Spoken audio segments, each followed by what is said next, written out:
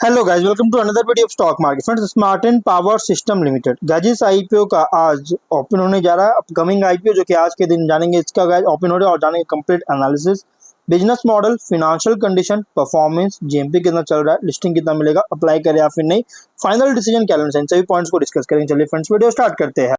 तो guys IPO जो 7 जुलाई open हो रहा है आज के दिन और 9 जुलाई क्लोज किया जाएगा। 3 डे आईपीओ है। 10 रुपीज का face value, 100 rupees per share की प्राइस बैंड, 1200 शेयर्स का इशू साइज है जो कि फ्रेश कैपिटल और ऑफर फॉर, मतलब दोनों कॉम्बिनेशन है, फ्रेश इशू और ऑफर फॉर सेल का, जो कि 50 करोड़ का इशू किया जा रहा है। 50 लाख शेयर्स का इशू किया जाएगा।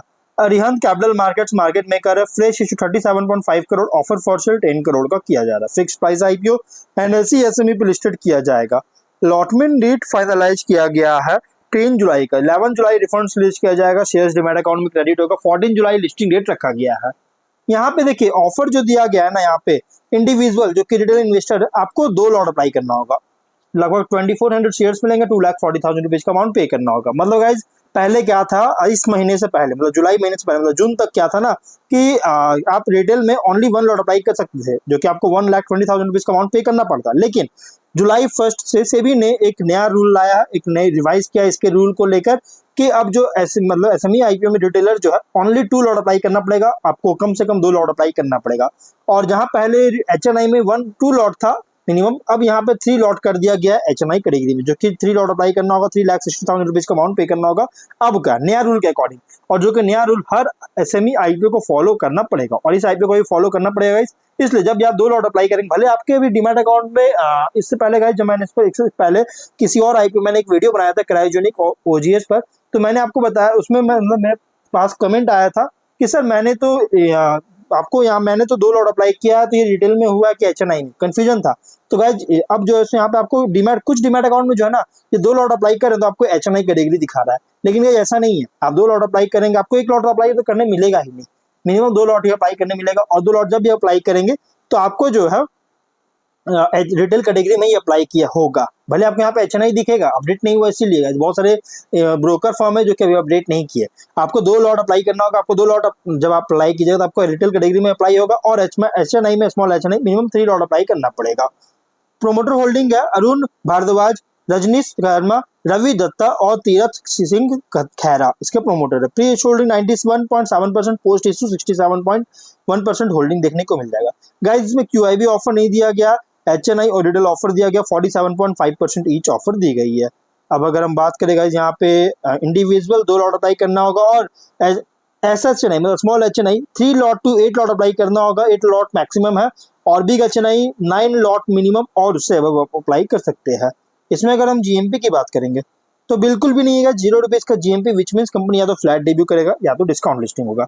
बिजनेस 2014 में इनकॉर्पोरेट किया गया था, जो कि कंपनी डिजाइन और डिजाइन्स करता है और असेंबल करता है पावर बैकअप का और सोलर प्रोडक्ट्स का, जिसमें इंक्लूड है home UPS system, solar inverter, power conditioning units और चार्ज कंट्रोलर्स, और ट्रेड करता है सोलर पैनल्स और बैटरीज का। कंपनी जो है 23 इंडियन स्टेट्स और 2 यूनियन इंडियन टेरिटरीज में जो है ऑपरेट कर रहा है इंडिया में। और ग्लोबल प्रेजेंस में बात करेंगे तो 17 कंट्रीज में इसका प्रेजेंस है, मिडिल ईस्ट, अफ्रीका और साउथ एशिया। कंपनी जो है असेंबल और ट्रेड करता है प्रोडक्ट्स का स्मार्टन ब्रांड के अंडर और रजिस्टर्ड पेटेंट के अंदर।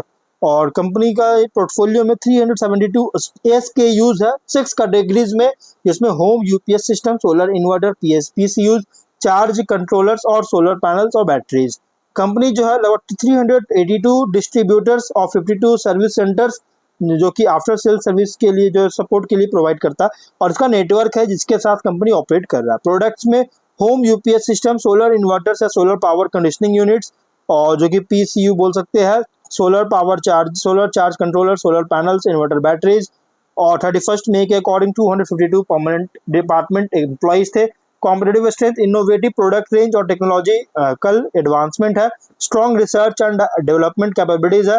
Extensive distribution and after sales service network है। वेंडर रिलेशनशिप है सप्लाई चेन एफिशिएंसी के साथ, और experience leadership and operational expertise है। तो गाइस कंपनी का जो बिजनेस है गाइस पावर बैकअप और सोलर पावर प्रोडक्ट्स में इंगेज है, जो कि डिजाइन और असेंबलिंग में कंपनी काम करता है। और अगर हम इसके फिनेंशियल की बात करेंगे तो गाइस कंपनी का देखिए एसेट्स जो है इस बार का 97 करोड़ का, नेटवर्थ 38.5 करोड़ का, रिजर्व है 23.5 करोड़ का, लेकिन डेट बहुत ज्यादा है, 16.6 करोड़ का डेट कंपनी पर देखने को मिल रही है।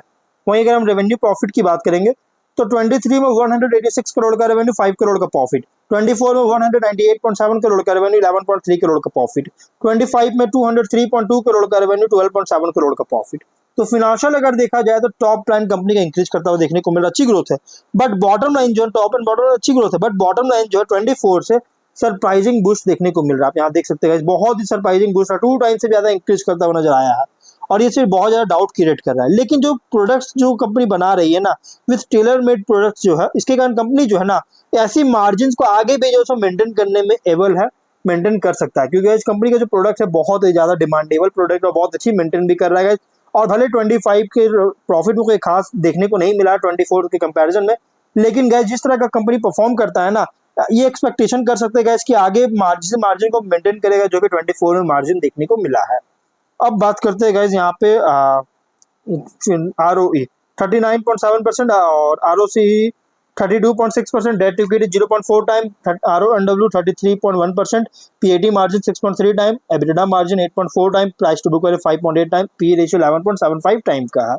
इसमें कुछ रिस्की पॉइंट भी है, तो क्या है कि ऑपरेशन जो है ये डिपेंड करता है लीज्ड प्रेमिसेस पर, जो कि प्रेमिसेस जो लीज पर लिया गया इस पर डिपेंड करता है। और इसलिए गाइस नए फैसिलिटी में अगर डिले होता है तो बिजनेस डिसरप्ट करता हुआ नजर आ सकता है।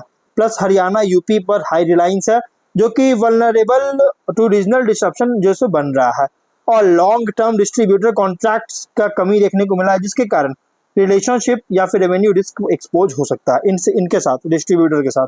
टॉप 10 कस्टमर्स की बात की, इसमें कॉन्ट्रीब्यूशन 33 to 45% ऑफ रेवेन्यू है।